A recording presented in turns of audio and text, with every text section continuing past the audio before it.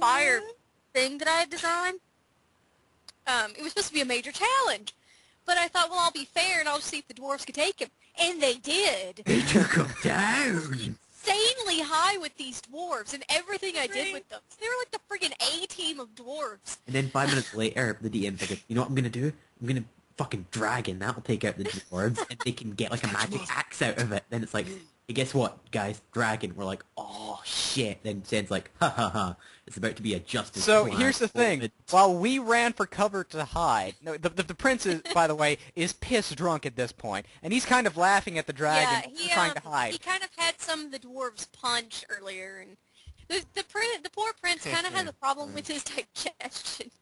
Because he's not used to food, like, on the road, so every time that he'd eat something or drink something, it made him horribly sick. Anyway. Thanks to which I have a jar of vomit. Anyway. Yeah. Anyway, so what we ended up doing was, and we've done this before, it's proven to work, is that we took Thorfinn's sock and stuffed it in the prince's mouth. Guy was knocked out instantly. My sock has a they actually used that tactic before with the Thorfinn sock with a mage that during the cultist deal. Like one of the teachers there was also a sorceress, and she started casting spells on everybody. So when they, captured her, they put the Thorfinn sock in her mouth, and she failed her fortitude save, and it made her pass out. She failed it magnificently. She was down for hours. Did. I rolled a 1 on her fortitude. The sock was that bad. Wait a minute, wait. You don't roll for a fortitude save, Sen. I know. At the time, I was still working on 3.5. Okay. I'm adjusting the 4th edition. I'm used to 3.5. Yeah. Kittens. Anyway. You'll probably also notice I make mistakes like that, too, or I'll get the two confused, because I've played 3.5 for like 4 years, and I've been doing 4th edition for a couple of months now, so I still get them backwards. After browsing TG for a while, I've picked up the unusual prejudice of hating 4th edition, although it's the first edition I've ever played. I've actually really enjoyed 4th edition so far. It's a lot simpler, and it's a lot... anyway, we're getting off topic. We are. They used the sock on the prince to knock him out because he was pissed drunk. Like, he was laughing singing at show Dragon. tunes and shit. There hey, was Dragon! It was getting pretty bad. They had to knock him out, or they were going to get spotted. Finally, and Mick, deciding that he wanted to help out the dwarves, who were actually winning. The dwarves, by the way, here is their reasoning for attacking the dragon. Dragon equals horde, horde equals shit we can sell. That was it. That was their whole reasoning for it. And it was a red dragon, so it was evil, but still. He just ran into the cave and axed it to death. I know. Actually, one ran into the cave, lured it out, and then the others took it from, like, flanking positions. And it was Monster Hunter shit. I've played that game 50 times online. I know what I saw. So, Nick decides he wants to help out. And what was it that you used again? Vicious Mockery. I think it was Vicious. I essentially swore at it, and it died. Okay, so they have the dragon down to, like, its last legs, and he uses Vicious Mockery, and he basically yelled at the dragon, and the dragon died. He yelled at it so hard, it just sort of went, ooh, hoo, hoo, hoo. First I like to think he went, hey, dragon. Dragon was like, what? Fuck you. The dragon's so common, so it really understood what he was saying, and it was just glorious. The whole situation was just great, and they got some stuff out of it, and the dwarves, of course, got the most swill, so the party didn't get a whole lot, but... Dude, we got a lot, though. They did get a pretty good bit, but not nearly as much as they would have had the dwarves done. That's more than we've ever held. And the whole point of the entire encounter was so that we could get a magic axe that we never got. Yeah. Because the dwarf held on I was trying to get Leo a magic axe, and I wanted to do it in the most interesting way possible, and it didn't work. Apparently the guy who owned that axe was not letting it go. I can just imagine the conversation. I've known you for about maybe a day. Yeah, that sounds about right. Here, have my axe. Sweet. Yeah. And here's a little hat for your cat.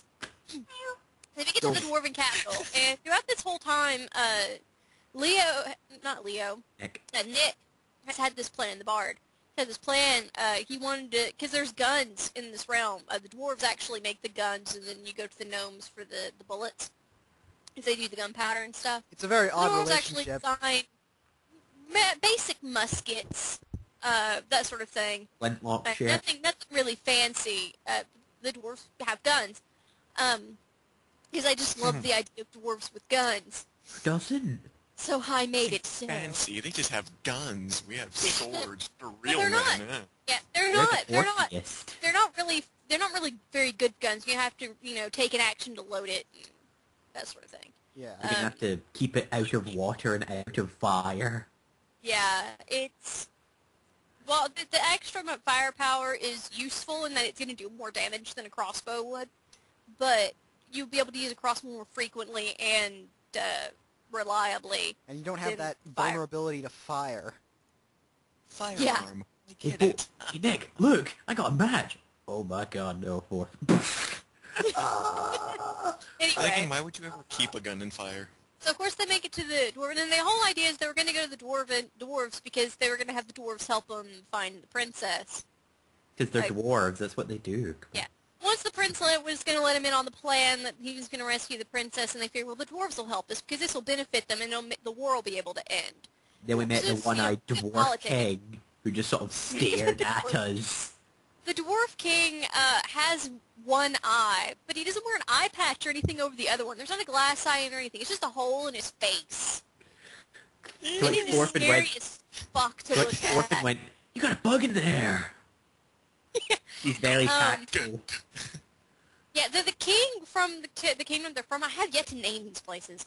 The king from the kingdom they're actually in is a pretty badass looking guy. The dwarven king just dwarves him. He shits I was bullets. trying to think of another adjective.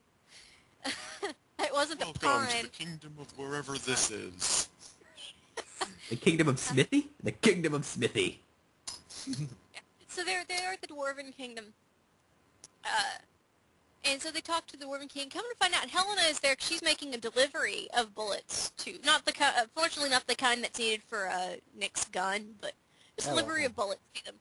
Because for her working with the gnome, she can actually go to the gnome city and for trade.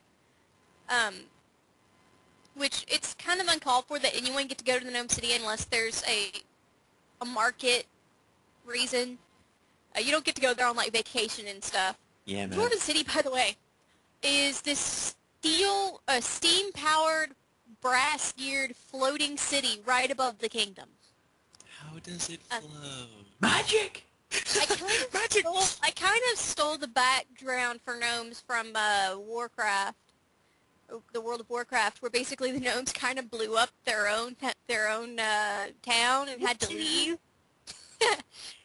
Yeah, I would have gone with the orc. What approach. Warcraft did was basically the gnomes had invented nuclear weapons and blew themselves up.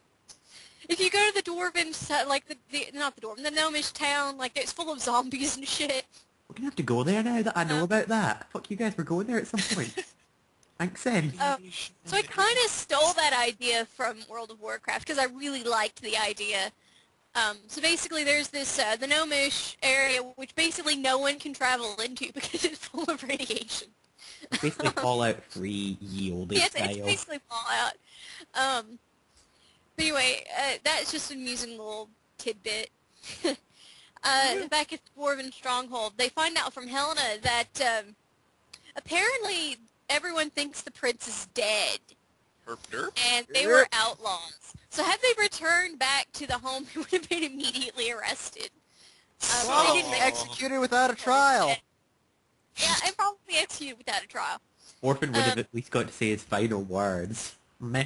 So, I've been to better the executions. thing of one of this, they go to the dwarven magus, the royal magus for the dwarves, and talk to his parents through a magic mirror. Which Forfin promptly vomited really through long, being they just- so drunk. There's no sound transferring through. It was just visual, so they basically see if their thumb was still alive, and they passed notes through it, because it could, like a small material could actually transfer through it, which... Hence Forfin puked into it. Oh, my beautiful No. daughter, I mean son! He didn't do it on purpose, but he was there at the time, and he had been drinking heavily, and it was Tried to outdrink unpleasant. a for dwarf. everyone. Yeah, he decided he was going to challenge a dwarf at a dwarven tavern. I came drink close to winning. No, you didn't. Viewers don't know that, bumble faggot. Oh. Anyway. Yes, yes. So that's actually kind of where we left off. The prince was dealing with that, and the group kind of left off there. So that's where we're starting at. Check and see if you want to make a second recording to the actual game so that we can have this organized. Yeah, let me go ahead and do that. So